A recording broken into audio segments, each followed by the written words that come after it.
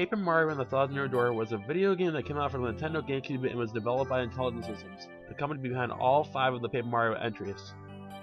This game serves as a sequel to Paper Mario for the Nintendo 64. Now, Paper Mario and the Thousand Year Door is really the last good Paper Mario game, but I'll get to that segment later. First, let me talk about how much I love this game. This game is a staple of my childhood. Growing up with the Nintendo GameCube, there were plenty of games to get my attention and drew me to Nintendo's magicalness, such as, oh, I don't know, Super Mario Sunshine. But this game right here, wow, let me tell you, I adored it and always will adore this game. You may not be able to tell it as much now, but this game was so visually appealing for 2004, and just look at how timeless it looks now in 2017. Nintendo is notorious for having tremendous art styles to make up for their console's lacking performance, which, as a Nintendo fanboy, I admit to, aka Breath of the Wild. Not to get too off topic, but I think this is worth mentioning. Breath of the Wild literally came out this year and runs at just 30 FPS at 900p. But then, when you look at this, who gives a damn? Nintendo always seems to bring maximum polish to their first-party titles, and it shows time and time again. Now let me explain why I enjoy this game in 2 different segments, story and gameplay. Now this game, as you, the audience, may already be able to tell, is in fact a Mario game. In case you forgot what happens in Mario games, let me sum it up for you in approximately 8 seconds. Bowser captures Princess Peach from the Mushroom Kingdom, and Mario goes on an adventure to save Princess Peach. That's literally it. Now, to be fair, in Paper Mario 64, that is precisely what happens. However, in this game, that doesn't happen. Well, kind of. Instead of being captured by Bowser, Princess Peach ends up being captured by an organization called the X-Nauts, led by a new antagonist, Sir Gratis. Mario then has to go around in various areas called chapters because at the end of each chapter he gets a crystal star. And Mario needs 7 of these in order to open up the Thousand Year Door to try to negate Gratis' efforts to access the Thousand Year Door. But then, Mario opens it anyway, and Gratis gets in anyway. But that's besides the point. This was all in an effort by Mario to get Gratis to force his hand and release Princess Peach, who he has dark plans for. Right off the bat, this is refreshing. A new kind of story allows for new characters along with a new kind of formula, which Thousand Year Door takes advantage of significantly. Mario fans' biggest complaints include a lack of original characters and story. Well, this game has that. This game has DLCs. This game has a story. Whether it's the charming Pikmin-like beauties in the Boggly Woods, this thing on a floating island that holds wrestling competitions, or Sherlock Holmes-esque Detective Penguin on a moving train. Each of the characters you find throughout the game all have a little thing you might refer to as personality. This is something that Paper Mario 64 would not understand, but once again, we'll get to that.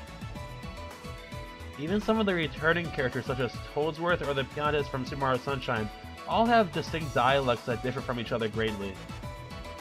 Throughout the adventure, Mario also gets many different partners with different abilities that help throughout the game, and they're all really great, honestly. One's a Goomba, one's a Koopa, one is a little Yoshi, one is a ghost, one is a bomb, one is a mouse, and one is a... well, except for one. Flurry is by far the most disliked partner among fans due to her off-putting appearance and how useless she is in battle. But this isn't necessarily a gripe of mine when you consider that they tried creating a character completely unconventional. If you're at all familiar with a Nintendo of the last decade that doesn't usually sway from convention, you can at least come to appreciate an effort like this.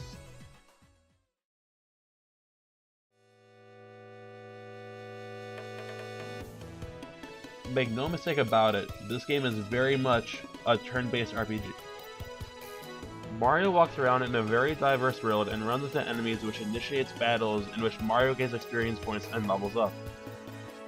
What's interesting though is that while this game has very traditional RPG elements such as these, there are plenty of non-traditional elements in this game, such as leveling up Mario's partners throughout the game solely through collectibles you find in the adventuring part of the game. Also something to consider which varies from the norm is to remember that this is a Mario game. This allows for more platforming than usual in the adventure portion of turn-based RPGs. But the point I think I want to drive home the most is that this game is very simple yet very fun. When roaming the world, Mario can jump and Mario can swing his hammer. That's it. Now this does change with abilities you find later in the game, but this is all learned at a very gradual pace and does not feel at all overwhelming. Similarly, in the game's battle system, Mario attacks by swinging his hammer, jumping, and using a special move. This is not at all rocket science either. To go with the game's charming simplicity, this game also has surprising depth. Although very easy to traverse, if you are the type to try and find collectibles, you may end up playing for a very long time as the star pieces can be very difficult to find. Same with the battle system. You only have so many things you can do, but if you're as well read as I am, you would know that you have a 0.2 second window to super guard a hit, or a 0.7 second window to guard a hit. Between this game's simplicity to go along with its surprising depth, it makes for a very healthy balance. Now, I'll briefly touch up on the game's aesthetics. I don't have a ton to say about this, but overall this game is charming. The game just has an absolutely killer soundtrack between the sort of confidence struck in the game's overworld theme Worldport, which by the way is playing right now, or a much more mellow, low-key track which plays in Boggly Woods. The last thing worth mentioning aesthetically speaking is the writing. The dialogue is actually really funny, and it helps the game maintain its lightheartedness. This game, in my opinion, is basically perfection in every sense of the word. If I was a first-time player of this game, I would be very eager to pick up all the Paper Mario games. That is, until you find out that they are extremely underwhelming. On that note, let's draw some comparisons with the later titles in the series.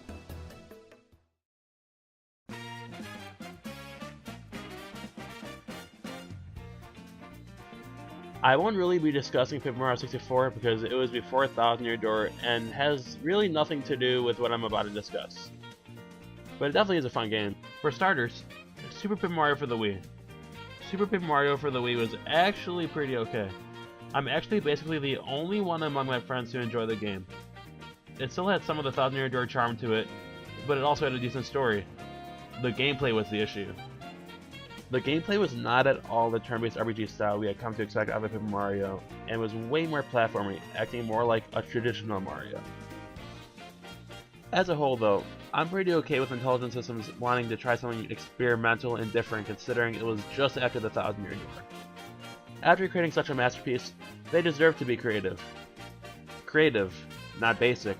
Not like this piece of garbage. Paper Mario Superstar came out for the 3DS in 2012, and well, let's just compare the cover arts between both games. Immediately, you should be able to notice how uninteresting the right side of the screen is compared to Thousand Year Door. Do you see an original character over there? Because I don't. The game doesn't get any more interesting either. The game consists of strictly Goombas, Koopas, other traditional Mario enemies, and a lot of Toads. I mean, a lot of Toads. Now this quote blows my mind. Developer Taro Kudo weighed in on his excitement of the Toads, stating, "In addition to red, there are blue, yellow, and green Toads. However, we held all but the red one in reserve, so we had to think carefully about when to use them. When we decided to put the Toad Ranger in the forest, there was a weird vibe like, Green Toad, you're up." I'm not sure how I can be so excited about Toads. It almost seems kind of ridiculous, but this would indicate that they were somewhat delusional on the idea of including only Toads. Now, the latest entry of this series was Paper Mario Color Splash that came out for the Wii U in 2016. I never played any of this game outside of the first 25 minutes of it, but from what I can tell, it is in the same linear vein of Superstar, including a world map and a lack of original characters. But it's a lot more refined as the game manages to have some personality. One of the reasons why I had played only 25 minutes of this was because I don't really like using the Wii U gamepad as a controller, but this is obviously more of a hardware than a software issue. I'll just have to get over it once I get back to it someday. When it's all said and done, not all of these games are too bad, besides an obvious outlier in Superstar of course, but they are certainly underwhelming in comparison to the GameCube version, but I guess I'm biased. Now here's to hoping that they finally create a good Paper Mario for the Nintendo Switch. Nintendo has been on a roll with this console and seems to be making all of the right calls, so one would hope that they can finally deliver an actual entry into the series after 13 plus years. Well, I guess that about wraps it up, but make sure you leave a like if you enjoyed the video, and subscribe to my channel if you're interested in seeing more content. Thanks for watching.